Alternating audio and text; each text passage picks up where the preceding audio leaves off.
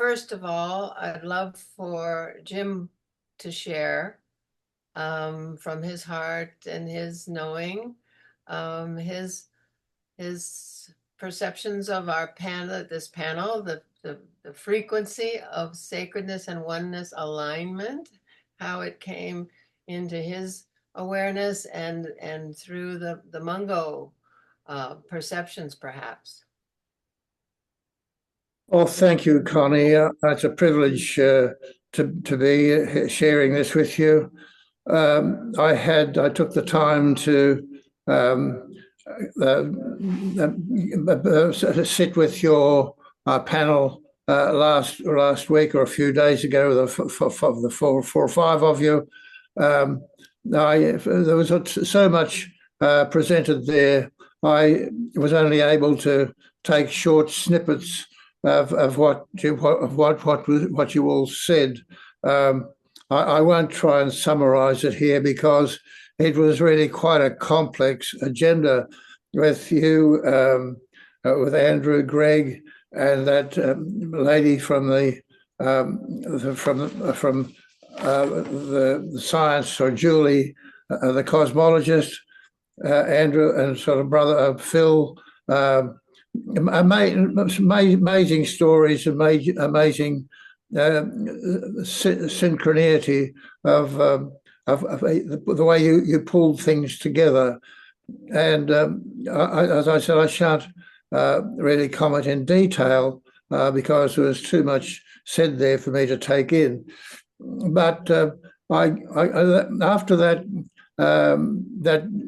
contemplation by Andrew, that sort of takes me away in my communication with that man sitting on the beach of the lake, Mungo Man, with whom I have developed a sense of close connection.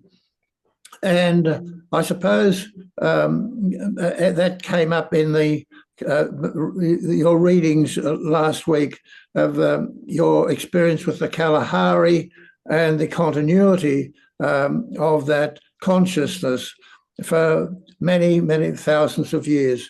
I take the approximate time of modern humans between 200 and 300,000 years ago, when the journey came out of Africa. To those who went to the east, joined with the Denisovans and arrived in Australia. They arrived in a land without people, a land that it's hard to envisage today, that people had been there. I say they've been there for me, at least 100,000 years. And the story of the Mungo people, it is their amazing connection, their use of symbolism in the community that dug the grave, in the celebration of the passage of life from life to death. That passage was celebrated in an extraordinary ritual. The importing of ochre. There's no ochre for certainly over 100 kilometres away. In those days, it was probably traded 40,000 years ago. And there, beside the grave, the remnants of a large fire. The large fire, which is, as today, the symbol of cleansing in the tradition of present-day Aboriginal descendants. So here we find 40, 50,000 years ago, those people had that symbolic connection with the land. It was their connection to country. They had a deep sense of not just the symbolism, but the meaning of their connection to the world around them. And that is I think as Andrew and Greg have stressed, is the distillation, if you like, of the mind relationships with the environment, that process that began with modern humans about 200, 300,000 years ago. A new process that as that elegance of mind and connection with matter the planet was at that moment was changed. Since that time, there has been an explosion of people, explosion of mind across the planet, the explosion that the Teilhard calls the noogenesis. And it's that noogenesis that was here alive and well 40, 50,000 years ago in the expression of the Mungo people. To find that reality is now being, as it were, continued in the lives of their descendants, the Aboriginal people, with their connection to country, with their symbolic and deep sense of dreaming, which is beyond my understanding, but it is there and in documented expression and in the emotional attraction, not just emotional, but a meaningful identity with the land and the animals, the rocks, from which life and from which we all come. To find that conjunction here in Australia from 40,000 years to present day is a mind-boggling experience. It's beyond my capacity to really understand the implications of those events. Sadly, those events are not ritually or not honoured in due process in Australia today. They have implications around the world. Indigenous people elsewhere can look at what happened with the Mungo people, with that extraordinary expression of their connection to country 40,000 years ago. So it's in that sense that today we are confronted with so much we don't understand. And in that, I come to the Mungo people as a scientist in my search for the evidence in Australia of ice age climatic change. We don't have any large ice sheets or glaciers as Connie and Andrew, others have in the northern hemisphere. Up there in Canada, the ice was there up till 10,000 years ago. So in Australia, we have an entirely different expression of ice age environments. And then to find in the midst of that ice age cycle, which lasted the last 100,000 years, in the midst of that, the emergence of these people who lived in the middle of that cycle, who adjusted to the changes in climate, and they probably, in their own quiet way, had an effect on the landscape, on the lakes, and in a moderate way, they were interacting and perhaps even having a small effect on climate.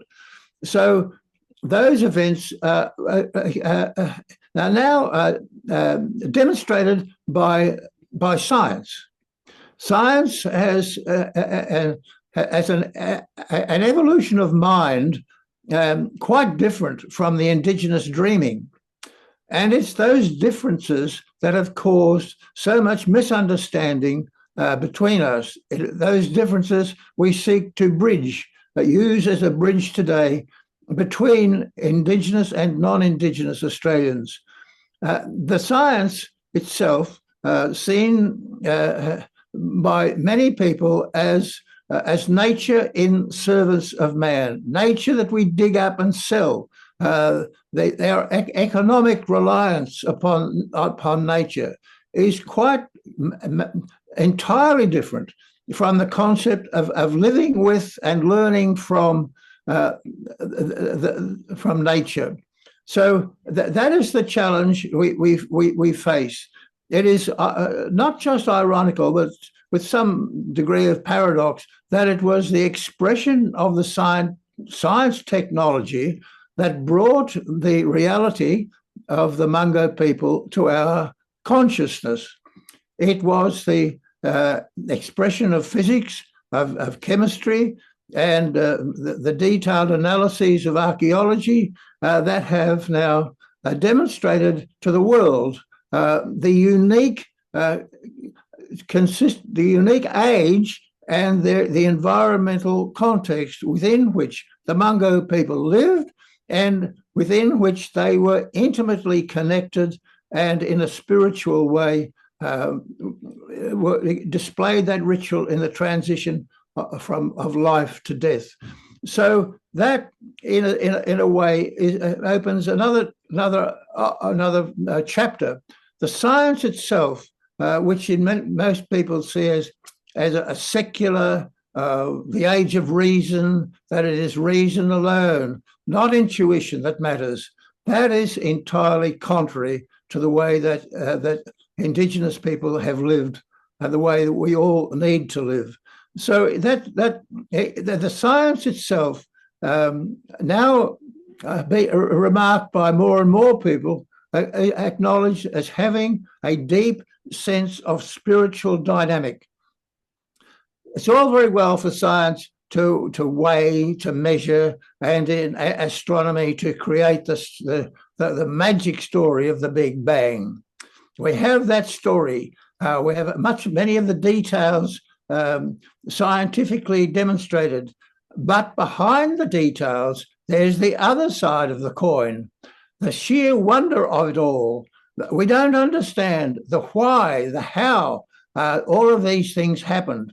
The reality is, however, they happened in unity, in continuity, and they've never been interrupted. And we are, as Andrew said, the outcome of that process today. We are part of that entire unity of operation, of creation. It is science, in a sense, that has opened that window of opportunity to us. Science, which in many people is seen as non-spiritual. On the contrary, the whole sense of wonder, that's demonstrated and exposed by the scientific stories, but it cannot be explained by them. That requires that contemplative contemplation that Andrew has so beautifully brought to our attention this morning. And it is that contemplative phase, that contemplative challenge that we seek to bring to our colleagues elsewhere in the world today. And it is there's a point here, I'll just divert for a moment. In the very nature of creation and the scientific stories, which is Teilhard has demonstrated, or in his noosphere, the continuity in evolution of the development of mind, of the central nervous system, from the earliest microbes through the birds, the animals that preceded the arrival of our humanity. There was a constant increase in the power of mind, the power to think, the consciousness. That is a remarkable change between what happens in the rest of the world. Energies, wind up a clock, it dies down. The sun is dying. The planet itself will have limited life in the cosmology agenda. Mind, on the other hand, is the extraordinary arrival of a new sense of knowing, a sense that connects us all with the Creator. The other point I would make, in that creative story, there's a remarkable coincidence of a triangular relationship of things. The magic of opposites, the black, the white, the sun, the light, the dark, and in nature, from the very fundamental from protons joins electrons, we develop a new chemical product. Oxygen, hydrogen loves oxygen. Hydrogen bonds with oxygen, and we get water. From the two opposites, we get a third outcome. This is most dramatically expressed in the sexual relationships in nature. From male, female, we get the great products of offspring, of children, from 1 to 2, we generate the third. And this is a fundamental process in the natural system. To me, it is the process of inbuilt energy, the life of a spiritual connection between atoms, a spiritual connection between the sun and the planet, a spiritual connection between man and woman. That is the spirit energy which I believe drives the fundamental part of our being. I'd qualify now that Andrew made a slight distinction, not slight, but a distinction that made sense to me in the use of that term love. Love is a compounded term, L-O-V-E. It is used in the public way. It has been demeaned. Love is commercialized. That's not the sort of love we're talking about.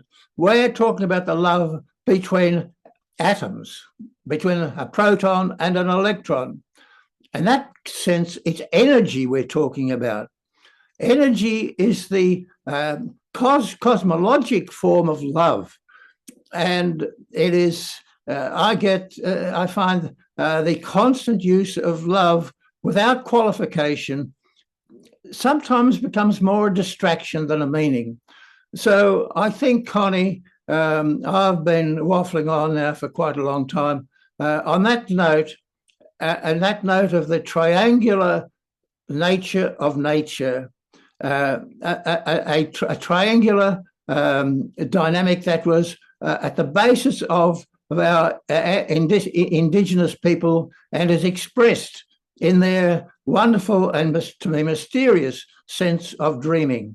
That is our problem now, is to translate the differences between the scientific analysis and the dreaming analysis, which comes through on a dynamic and timescale quite different from my scientific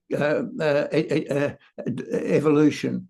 So in that sense, I think that is our challenge, is to analyze the differences between those two ways of interpreting nature and to bring those differences into sharper focus and to try to relate the meaning, the understanding of those differences in our efforts today. Connie, that's enough for me.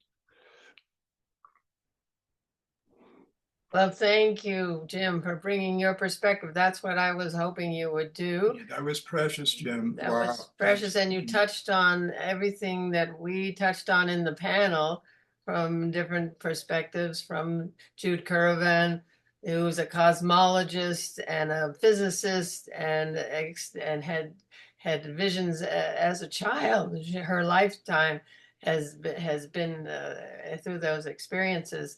And Chief Phil Lane, who brought so much from the Native American perspective and the scientific. If everyone who had listened closely to Phil Lane, he was very scientific. So that's what I was hoping when I put this panel together, was to bring those two together, that mystical knowing of the Indigenous people with the science. So thank you, Jim, for doing that.